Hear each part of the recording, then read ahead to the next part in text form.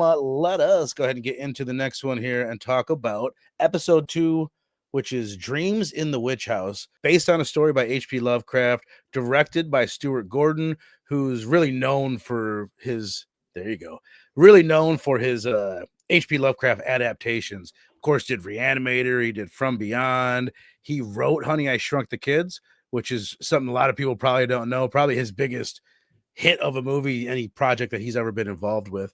And the guy that I once said many years ago, at least a few years ago, that I wasn't a fan of after watching Dolls and From Beyond. And I eat those words all the time now because I really have grown to just fucking love, not Dolls, but I love From Beyond and I love Re-animator. And I really like, what's that one that he did, Robbie, where it's oh shit.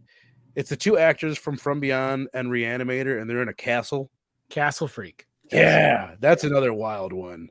But I love this one. I think this one's great. This one's goofier even than the first one, but it fits Stuart Gordon's style, I think, so well. And in this one, we have a student of Miskatonic University, Miskatonic being the university in all the H.P. Lovecraft stories. And he moves into this little house where this guy, or not this little house, a house where a guy is renting out different rooms.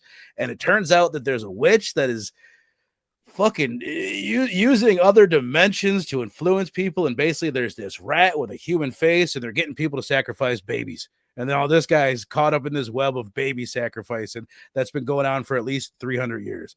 And he's got a neighbor, doesn't seem that hot. She gets naked. Holy shit, she's hot. You didn't know she was that hot. And then she is. So I like it. I think this one's pretty wild. It's a lot of fun. But Robbie, why don't you kick it off again by just kind of telling us your thoughts on Stuart Gordon, if you don't mind. Stuart Gordon is a goddamn genius. He's a genius, right? He's absolutely a genius, and it's sad that he's no longer with us because he would still be making these genius movies. Don't forget that one of the best films I've seen over the last couple years is Suitable Flesh, which was supposed to be the next Stuart Gordon film, right? Loved it. Me and Link covered it a couple months back. Go check it out. Yeah, it's such a good movie. Stuart Gordon's great. He's really great at taking H.P. Lovecraft stories. He's the only filmmaker, I think, to really take H.P. Lovecraft and bring it to an audience in the right way. Because if you try to bring H.P. Lovecraft in the way that it's written, H.P. Lovecraft is not a great writer. Mm-hmm. He's got some great fears that come across and ideas, right? But he's not really literary, right? Let me just jump in and say, like, I was reading kind of the description of, just really briefly, of his version of this story. It does what every H.P. Lovecraft story does, and it's like, he goes into this realm where everything is unknowable, it's ununderstandable, which is kind of like his shortcut of saying, like, I don't fucking know. I'm just going to put that in your head that you can't even imagine. You can't imagine what it looks like or what it does. Lovecraft is writing in the 20s and the 30s, and we're starting to have these scientific advances, and we're starting to understand things about like quantum reality that just seems so crazy. I mean, they seem crazy today. Imagine what it was like in somebody in 1920 where all they know is Jesus and the president. You know what I'm saying? Stuart Gordon is great. He comes from a theater background in Chicago. He wanted to make a horror movie because he knew that horror movies were making money. He wanted to adapt Lovecraft because he was a big Lovecraft fan. He did Re-animator. The Re-animator movie is way better than the Re-animator series of short stories, the super, super short stories. But yeah, Re-animator right here. Then he does it again with From Beyond. Love it. Dolls came out before From Beyond, but I think From Beyond was filmed first. Or maybe I have that backwards, actually. I think I have that backwards. Dolls, I like. I don't give a fuck what you say. Then we got Robot Jocks, which we're going to be talking about soon on PCP. And then Dagon, which is another H.P. Lovecraft story that he did. Haven't seen that one yet. The main character in this is the main character in Dagon, right? The aforementioned Castle Freak. You say the main character or the actor? The actor. Like the actor is the same guy. He also did Stuck was his last movie with Mina Suvari, which was absolutely brilliant. Love that movie. And let us not forget the immortal classic of Space Truckers. Right? and I love that you mentioned that, you know, Stuart Gordon's most famous thing probably that nobody knows is Honey, I Shrunk the Kids. He wrote that film. But he also wrote and directed Christopher Lambert in Fortress. And a lot of us remember that movie, I went but to the don't know movies that for that's that a one. Stuart Gordon movie, right? Wow, yeah. Oh yeah. Stuart Gordon was great because he always said that people would tell him less is more. And he said, no, more is more. That was his whole method of filmmaking, Well, right? I think his line was more isn't enough, which Yeah, which right. means you can just be like, all right, well, here's some more. Is that enough? No, more isn't enough. Just keep And it coming, which is even that's in funnier. all of his movies, man. Like Re-animator with the head giving head scene. Like he knew that was going to be the scene everybody was going to talk about, right? And From Beyond, you got like a lot of sexual content going on in there. He continued to push that boundary. You've seen Stuck, Verno, right? No, I have not. No. Bruh, Stuck is one of those movies where every scene you're just like, how did it just get fucking crazier, man? Stuart Gordon is a genius because he pushed boundaries and he's another guy. He's a maverick. Oh, Hollywood studio, you want me to do this? No, I don't want to do that. I'm not going to compromise my vision. So I'll just keep doing what I do. Even though he doesn't have the opportunities. Like horror movie directors today, I hate to say it, but they're a bit soft, right? Where they'll do the movies that are, and I know that we as an audience are more like willing to have certain movies kind of made. Like, yeah, Ari Aster, yeah, make your movies, right? Right. You know, and do that kind of shit, right? And I feel like Ari has that, like Ari in particular has that same kind of thing. I'm not going to compromise my vision. Otherwise, we never would have gotten Beau is Afraid. No studio would really make that, right? Mm-hmm. But even A24, I think, has gotten soft, right? And is trying to go into Blumhouse territory, right? Because they've had success. And you don't see a lot of these kind of filmmakers anymore. I think Ty West is one of them where, no, I'm going to do it this way, my way, or I'm not going to do it. And Right. Stuart Gordon is the epitome of that, man. Like we talk about George Romero being like the ultra maverick, right? Stuart Gordon more so. Like honestly, like Stuart Gordon went into territory that nobody else ever thought. He broke rules. He breaks rules in this movie. He kills a baby.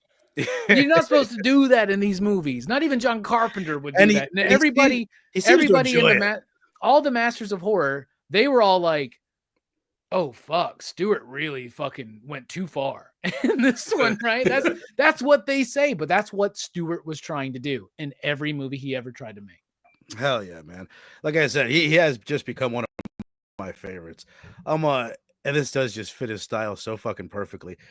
But the other thing, what did I want to mention is Robbie, I'm trying to figure out who is the guy that is it Roger Corman that had a bunch of adaptations of Edgar Allan Poe stories? Yeah, he did like a whole series. That's kind of what inspired Stuart Gordon to do that. He loved those movies so much. He's like, I love Lovecraft. He's like, I want to do my series of Lovecraft. Nobody had done Lovecraft movies. There was like the Dunwich Horror, but that movie's a piece of shit. You know what I'm saying? But that's what he did. That's why in the second season of Masters of Horror, he does the Black Cat with Jeffrey Combs. And that's Poe, right? And he didn't. And isn't one of his movies Poe? The fish. Yeah, one? he did The Pit and the Pendulum. Oh, The Pit and the Pendulum with Lance Hendrickson. And that's another great film from. Well, it's not that great of a film, to be honest. Another movie. It's not, but it's another movie that he made. But like that's what he did, and he brought the same team, man. Richard Band's doing the score. Yeah. You got Dennis Paoli writing the script with him. It's the same team that's been doing all of these movies, right? And that I think comes from his theater background, where he was used to having a unit. You know what I mean? He used the same actors, the same crew, and all that. Yeah, and what's funny is that when he decided to make Re-animator, the theater was like, we can't be associated with this. So we had to actually take a leave of absence to go and make that movie because they did not want to be associated with that movie in any form or fashion. He didn't have it rated either. Speaking of breaking the rules, his first movie, he did not have it rated. And then he felt like he was kind of punished by the ratings board for his movies that followed that. Yep. But my brother, I know you weren't a fan of Incident on and Off a Mountain Road. Very curious. I'm already getting the feeling that you like this one maybe a little bit more, but lay it on me. What did you think of the second episode, Dreams of the Witch House? This was way more my flavor, man. This is the episode they should have had for episode number 1 to make sure that I watched every other episode from there on out. I loved this one, man. It was a really good time. Like, I'm a sucker for a Lovecraftian kind of story. I'm a sucker for a madness kind of story, right? Like, this gave me different but similar feels to In the Mouth of Madness, the John Carpenter movie, right? So I was in from the very get-go, but like, it's crazy. All my complaints about episode number 1 are still very relevant for episode number 2. but none of them bother me. This episode was like super ambitious. It like they tried to cover in no particular order blood sacrifice, witchcraft, string theory, the wage gap, suppression of knowledge, religious harm, anthropomorphic prophecies, and madness. This In an motherfucker's notes hour. crack me up. I love it, dude. In an In hour. no particular order. That order Yeah. seems semi-particular in the way you read it off, but Yeah. That should be his middle name, Over Ambitious. Stuart Over Ambitious Gordon. Every No. film he did, yeah, for sure. Dude, like, but it was so much fun, and even the things that are like they skew super silly, like the human-faced rat. That was like my favorite thing. Right. It was like the funniest, silliest, craziest thing. I was like, dude, I'm here, I'm down. Like, just, let's follow this story through. That was the bit they used in the promos too. Was the rat face, like the "she's coming for you." Yeah. Yeah. And some of those effects like hold up, man. And don't They like do. we haven't mentioned it yet. Greg Nicotero and Howard Berger doing all the effects for every single Oh. episode. Yeah, that makes a lot of sense. This is like before they were just K&B effects. Okay, right on. It was super enjoyable. Like even the twist at the end where things got, where the thing happens, the baby dies, that nobody really expected them to go that far. Even at that point, I was bought into the episode, man. I was living in that world and along for the ride. So like, yeah, I dug this a lot. Hell yeah, man. I always like a movie just because it's like such a not a pet peeve, but it's like a fear of mine, I guess. Like I hate being falsely accused. And it's like, no, you don't fucking get it. I didn't do it. And there's nothing you can do to get them to believe you. It's such a frustrating thing. And he keeps kind of getting put in these situations. I agree with what you're saying, where it's like all like your complaints for the first one are all still present here. I would say the acting is worse in this one, but the characters are maybe a little bit more interesting.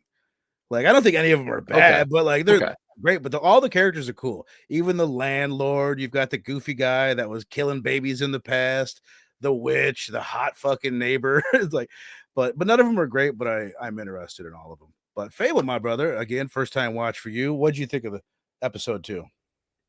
I thought this one was just okay. I kind of like the first one better than this one.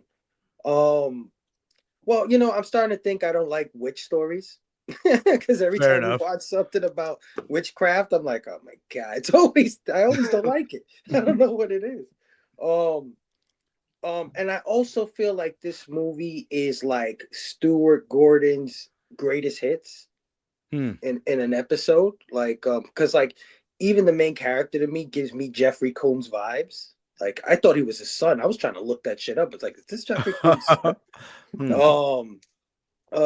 The scene where they show I forgot what it was, but there's this like lighting, this like green lighting in the wall and stuff. It gave me From Beyond vibes.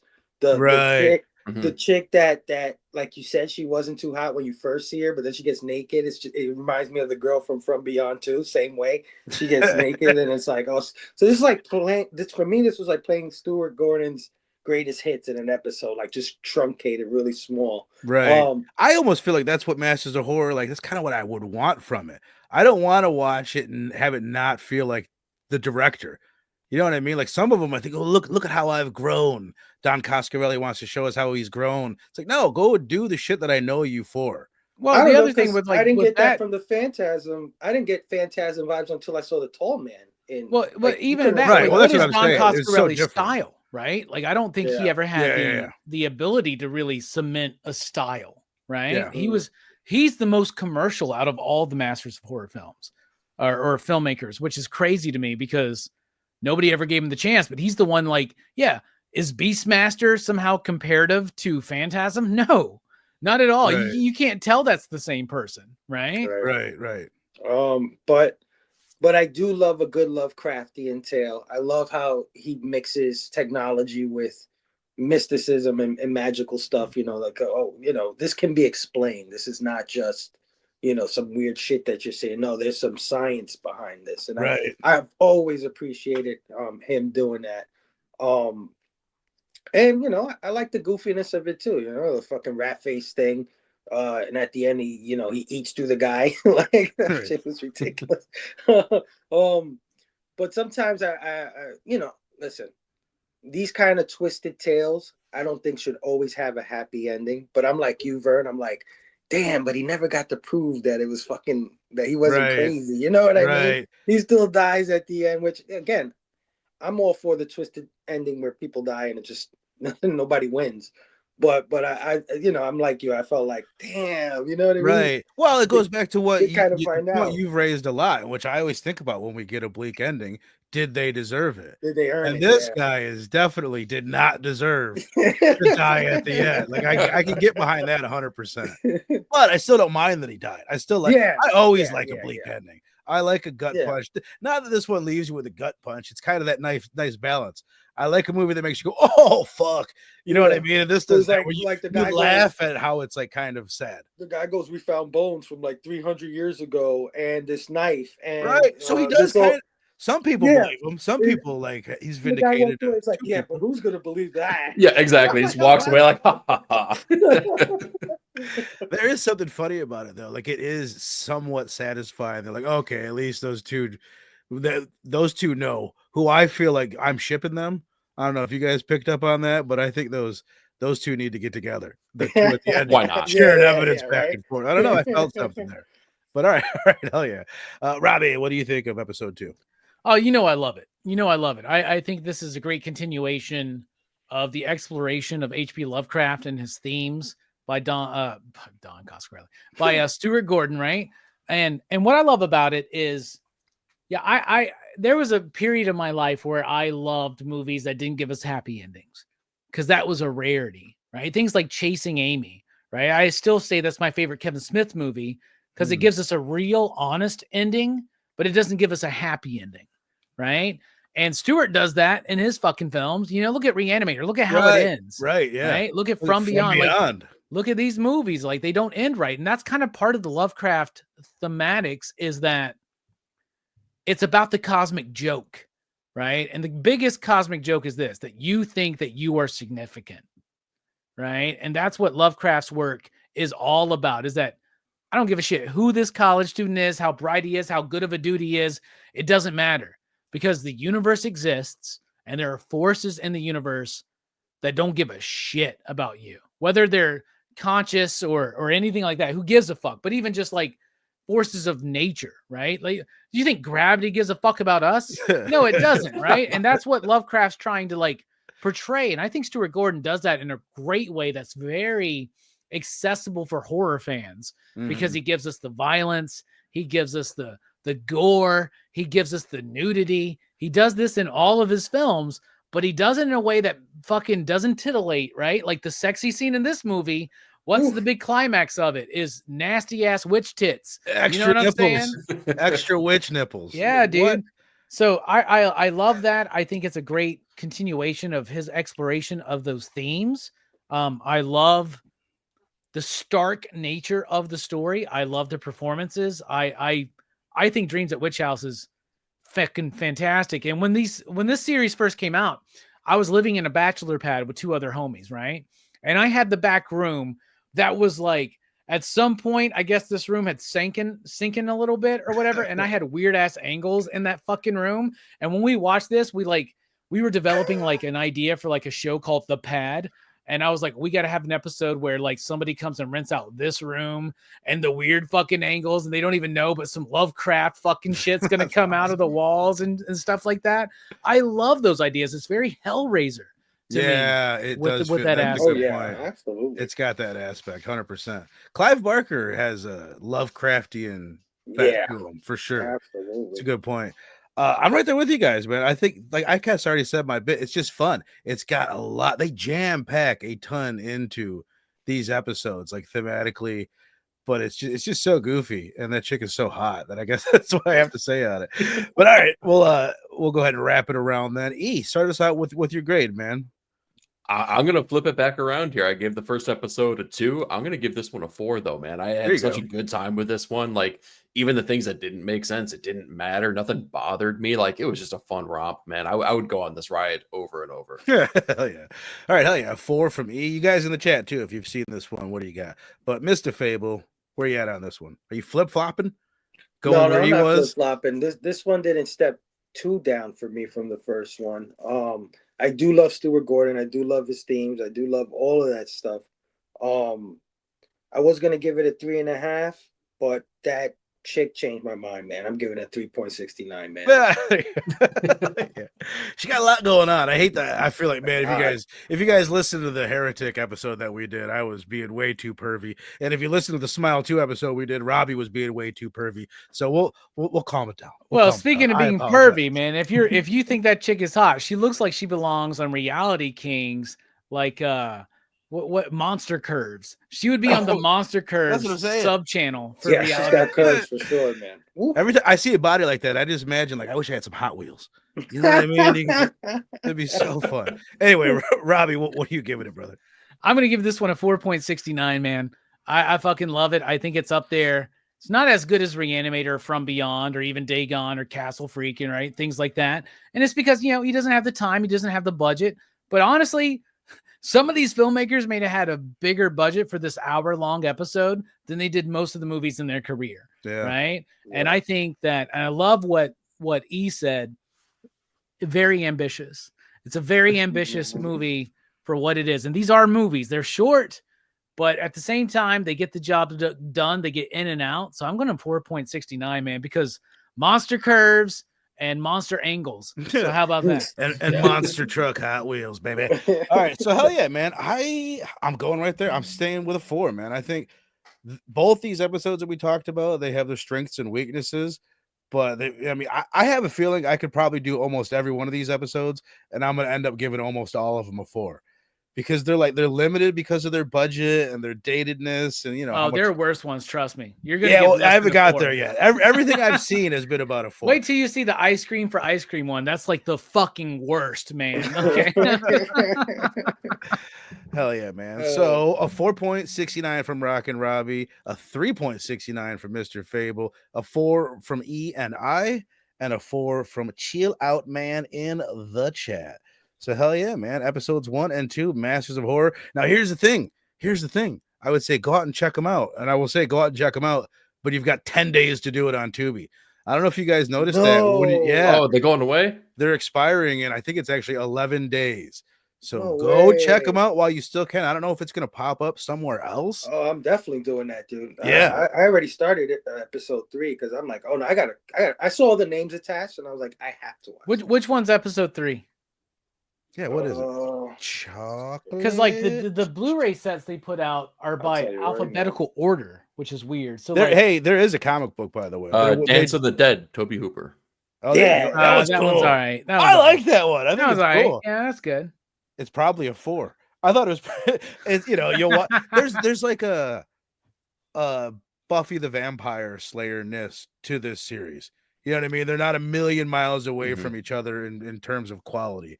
But yeah, that one's it seems like an episode of Buffy. Maybe a great episode of Buffy. Just wait till you get to Cigarette Burns. That's just Cigarette Burns and Jennifer are the highlights of season 1, man. Can I ask you a question? I was reading on Tubi. Oh no, I think I was reading because I looked it up and stuff.